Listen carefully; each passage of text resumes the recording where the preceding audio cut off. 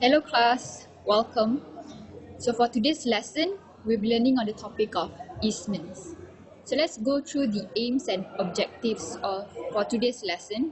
So basically what I want all of you guys to know with regards to easements is, what are the characteristics that you can establish an easement? So once you have established it, how do you protect it? And then lastly is, let's say if 20 years or 200 years down the road, you want to extinguish your easement. So whether or not you can do so, and if you can, how? So what are the ways? So before I move on to my lecture, let's go through the definition of easement. What is an easement? So if you look through all the judgment given by the judges, or even if you look through the statute itself, there's no clear definition on what amount to an easement.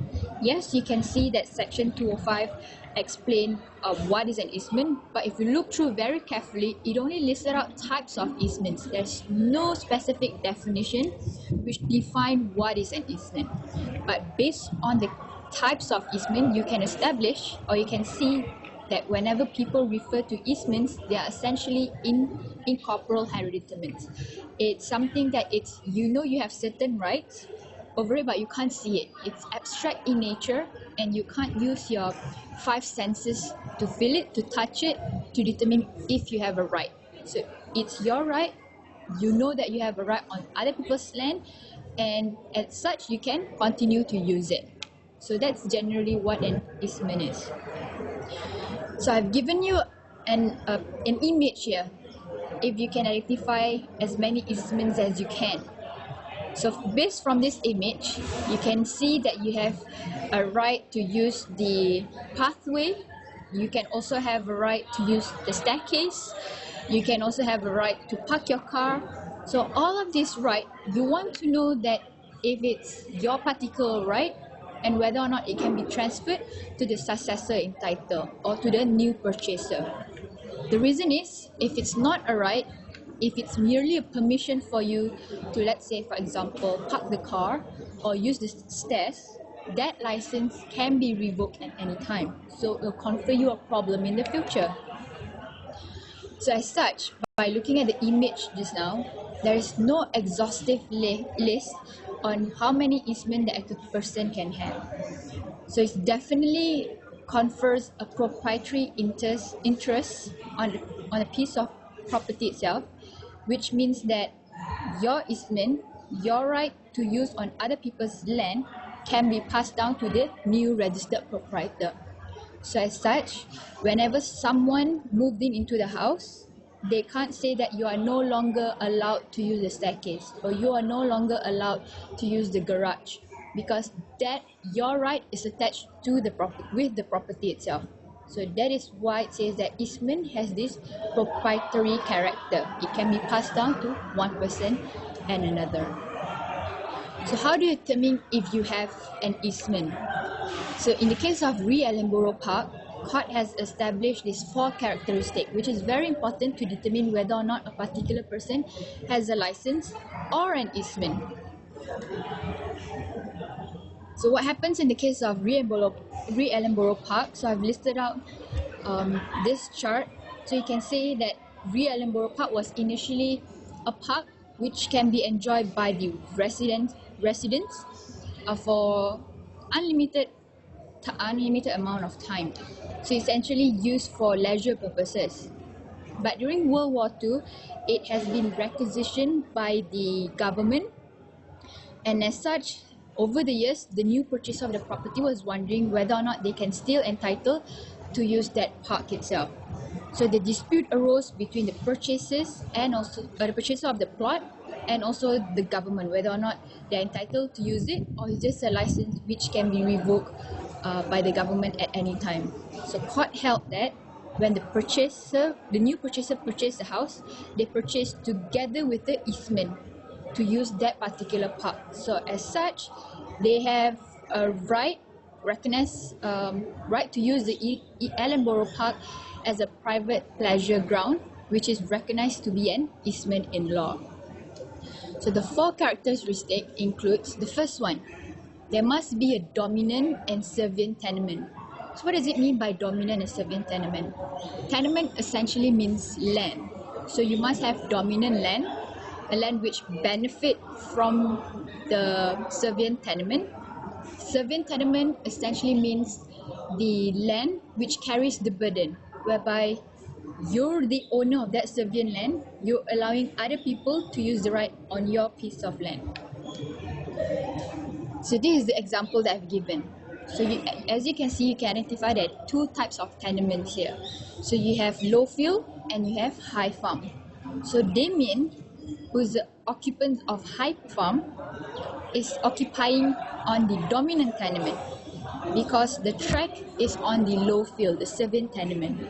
So you can identify that low field is the servient tenement which carries the burden of that easement itself.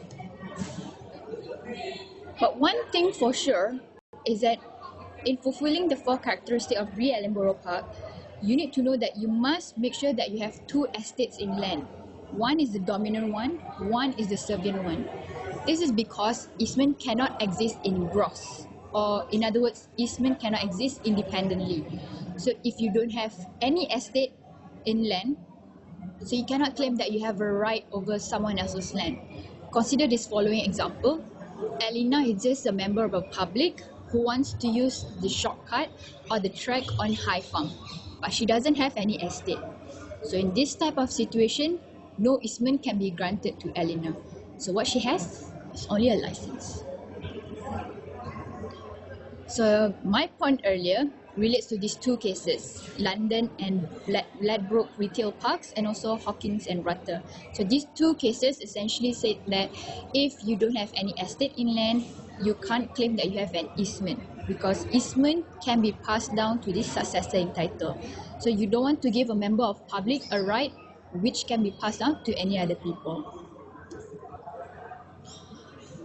Okay, so whenever we talk about dominant and servient tenement, it is important that that particular right must be connected with the normal enjoyment of the dominant land. So it's not the owner of that land, but the enjoyment of that land itself. So when I say what does it mean by enjoyment of the dominant land, how does one land can enjoy? So when we talk about enjoyment, essentially is to improve the usefulness of that particular land. We're talking about improving the amenity of certain type of land. So basically we're referring to the dominant land. So it's very important when we talk about dominant tenement and also servient tenement, it must be adjoining properties or closely connected to each other. So you can't have one land in one state and another land in another state. So if it's too remote or too distant, so in the case of Bailey and Stephen say, you will not have any easement.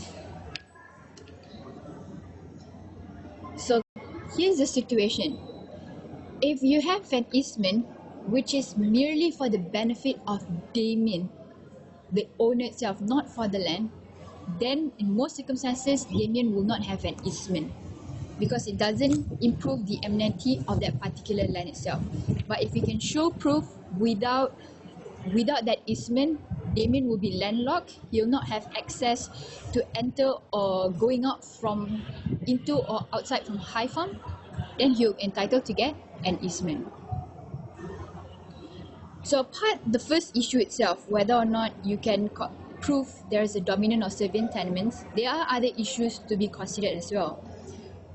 What if you have an easement but it's for personal use or business use? So can this accommodate the dominant tenement? Second one, can a purely recreational right exist in easement, or is it must be for improvement or usefulness of the dominant tenement? And lastly, what happens if you grant a right to a certain people, but certain people then converted the land to become, let's say, a commercial area? So you have more people using that particular type of easement. So with a significantly increased use, is your easement considered valid, or it will be automatically extinguished, for example? So these are the issues to be considered in the next slides. So let's look in the first one, whether or not an easement can accommodate business use. Well, in the case of Hill and Tupper, court held that if you have an easement which is purely for the purpose of benefiting your own business, hence easement cannot occur. So easement cannot be granted. So what you only have is merely a license. So same goes if you want to have an easement for personal use. Because if it's for personal usage, then court held that easement can't exist. However, if you have a particular type of easement, let's say easement to erect advertising sign, as in the case of Moody and Staggles, then court actually will consider and distinguish that case from the case of Hill and Tupper, because without the advertising sign, people will not know the existence of, let's say, your business, and as such, it also has the effect of increasing the amenity of the dominant tenement of that piece of property itself. Okay, as mentioned earlier, whenever you have dominant tenement and servient tenement, it has to be adjoining or closely connected.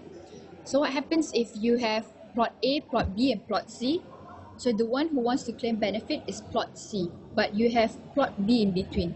So if there is a plot of field in between, court says that as long as you can identify the type of land and you can actually assess it and you can determine it's closely connected, then easement can exist. But again, as I mentioned earlier, if it's in a different state, different district, then no easement can be given at all. The last case, Polo Woods, is the case concerning what happens when the freeholder leases out the property to a tenant. So whether or not the tenant is entitled to use the easement. So even though the tenant does not want or have never considered in wanting an easement, easement can be given as well, because it can be passed from the landowner to the tenant, even though it's not needed by the dominant tenement. So these are the cases for the first issue. So essentially, you know that if you have an easement, but it's for personal or business use, easement can't be granted. So this is the image what a canal boat looks like and on a canal. And I've also listed out the facts of the Hill and Tupper. So essentially, the pleasure boat monopoly was not an easement. So Mr. Hill had only a license. So he can't sue Mr. Tupper for infringing with his easement. So issue number 2. Can a purely recreational right exist as an easement? So the old position is, if you have a right for pleasure purposes, let's say for example the right to use a park or a garden, right to walk at will at any time as you want, court held that easement can't be granted because it's too broad in nature. So it means that you're restricting the right of the servient owner from his using or enjoying his own property. So that's what was established in the case of International Tea Stores and Hops. However, different approach has been taken in case of Lee and Baroque, because in that case it says that if initially you have been using a particular right and that property has been purchased by a new purchaser, that right can be transferred even though it's for purely recreational or leisure purposes. So it's quite straightforward with regards to issue 2. Lastly, we're coming out to issue 3. So what happens if you have an easement with an significantly increased use as opposed to the initial intention, whereby it's only for one person and you ended up with having so many people? So all these 3 cases held that as long as it did not interfere with the right of the servient owner from enjoying his own property, then it doesn't matter, the easement can subsist. So it can still be used by the owner of the dominant tenement and also other peoples as well. But in the cases if the nature of the use vary, or if it's confer inconvenience to the landowner, then court said that easement can be extinguished. So no longer easement, you only have a license. So if you have a license, it can be revoked by the owner of servient tenement. Essentially means you can't use it at all. If you use it, if you enter into someone else's property, it will be considered as a trespass. Okay, so now we're coming to the third point. Essentially means that dominant and servient owners must be different persons. So this is basically means that you can't be having one person who owns dominant tenement and also one person who owns servient tenement, because if you have one it won't be considered an easement at all because you're exercising your rights as the owner on those two plots of property. Unless if initially it's owned by two different people and the neighbor purchased that particular plot, then it will be extinguished. As in, the initial right will be extinguished, the easement, because you already purchased the two properties, so there's no point of you having easement over your own property. So this is an example to make it for you to understand it further. So you have high farm and low field. So what happens if you've been exercising this easement on low field? So if you end up purchasing both high farm and low field, so the easement will be extinguished. It will no longer be in existence because you're entitled to do whatever you want to do on the track itself. Okay.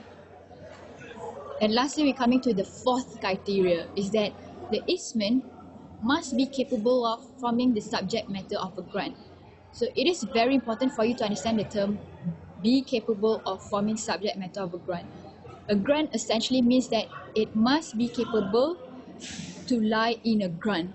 So we're talking about grant basically means in a deed form. So because there are many ways you can create an easement. So if you have easement that's written down in a deed, then it's considered as an express easement. So you should not be having a problem to prove your rights in using on other people's land. The issue arises what happens if you don't have an easement which is on a deed. So you can establish that you have an easement, it's just that it's not expressly stipulated in deed, but it is capable of forming subject matter of a deed. So how you can prove that? So there are few conditions or few criteria for you to prove that you have an easement which is capable of forming subject matter of a deed. So let's go through one by one. So the first one, you must have a capable grantor and capable grantee.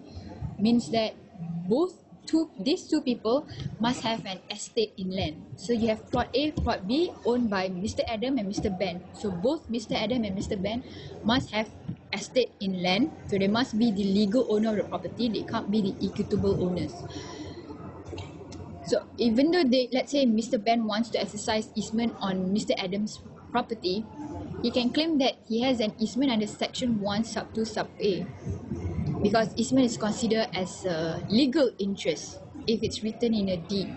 But however, in order for Mr. Ben to claim that he has a legal easement, he can't only just rely on the section 1 sub 2 sub A, but he must also register it under section 27 LRA.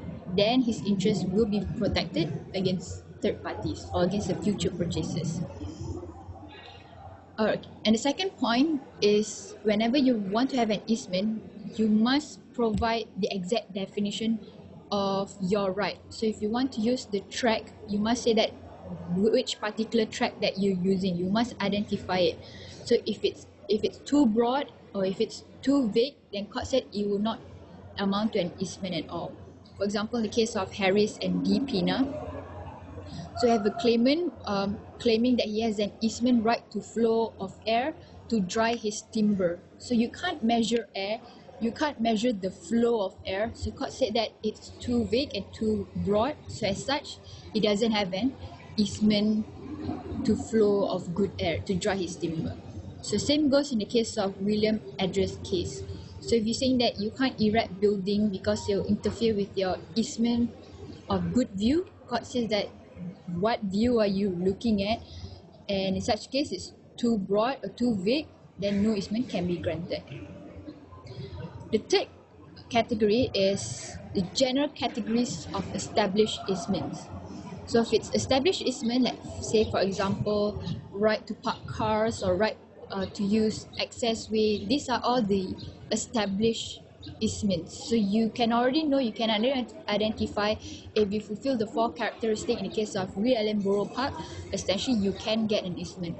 But what happens if you want to claim some other types of easement? For example, in the case of Phipps and Pears, so you're claiming that you want to have an easement of protection against weather. So you're restricting your neighbor from demolishing his own land, because otherwise it'll damage, let's say, the pane of your wall. So court held that in such a case, if you're restricting the right of your neighbor from doing something on his own land, and as such, you can't have easement at all. Because then it relates to point number 4.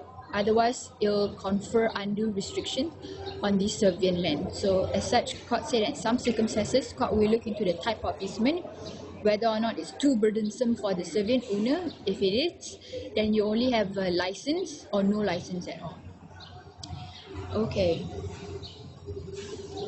So I'll stop now and I'll move on to this discussion on my next video.